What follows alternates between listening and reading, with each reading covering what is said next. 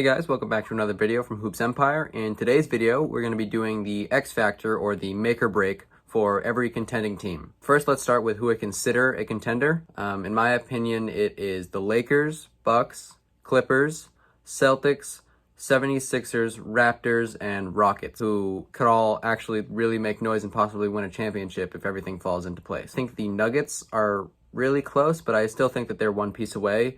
And if you guys have watched my videos before, you would know that I'm big on Michael Porter Jr., and I think he is that one piece once they really start to utilize him. So, starting out, we'll start with the teams with the best chance to actually win, in my opinion, starting with the Lakers. For the Lakers, their X factor is Kentavious Caldwell-Pope.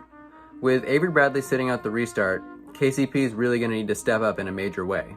He's having a career season in terms of field goal percent at 47.2%, as well as behind the arc where he's hitting 39.4% of his threes, attempting nearly 4 per game.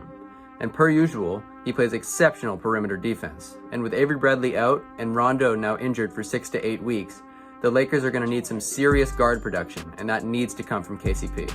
For the Bucks, their X factor is pretty easy for me: Eric Bledsoe. In his stint with the Bucks, his playoff numbers have been underwhelming, to say the least, averaging just 13 points on 42% field goal shooting and just 25% three-point shooting on over 5 attempts per game, and a 1.5 assist-to-turnover ratio compared to his regular season ratio of 2.5.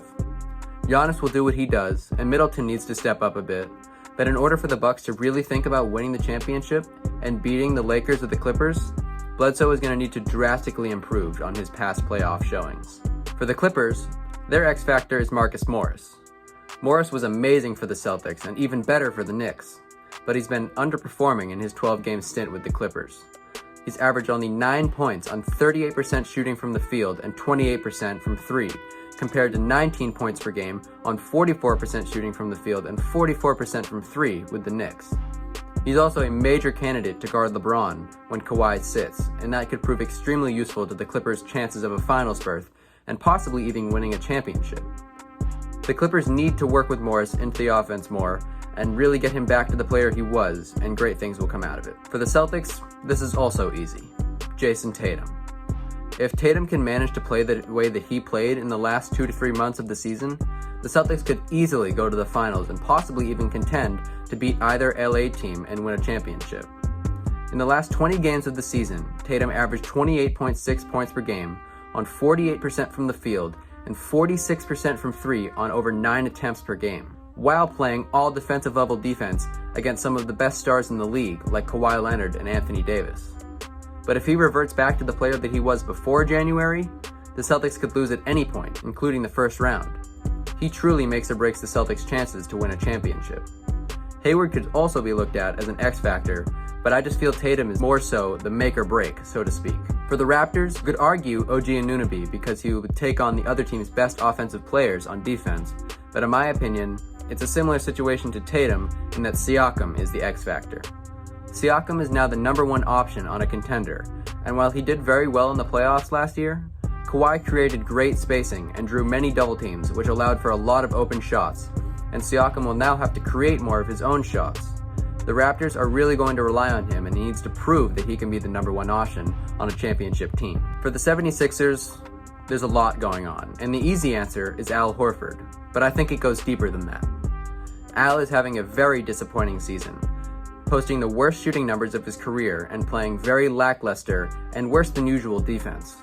A lot of it is going to fall on him being better, but Brett Brown and management needs to work on their strategy with him, plain and simple.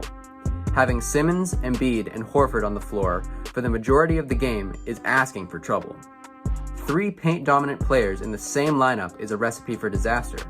The spacing is all off, and each player plays better without the others, respectively. They need to tweak the lineup, Simmons needs to get a new shot, or they need a new strategy for Embiid and Horford.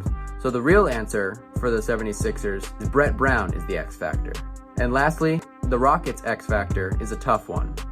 You could say Robert Covington because he will have the task of guarding LeBron, Kawhi, and other West stars, but in my opinion, I think the playoff meshing of Westbrook and Harden is the real X factor. If they can play good, efficient basketball, and Harden doesn't have any, 1 for 20 games from 3, they could truly make some noise. And the Rockets' lack of center will hurt badly against a team like the Bucks or the Lakers especially, but their offense could make up for it, and that will come down to Harden and Westbrook.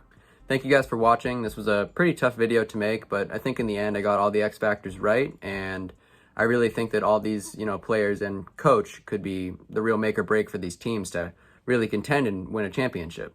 So per usual, subscribe to the channel, like the video, and comment below if you agree or disagree with any of the X factors, as well as comment any video suggestions that you guys have. And yeah, so have a good one.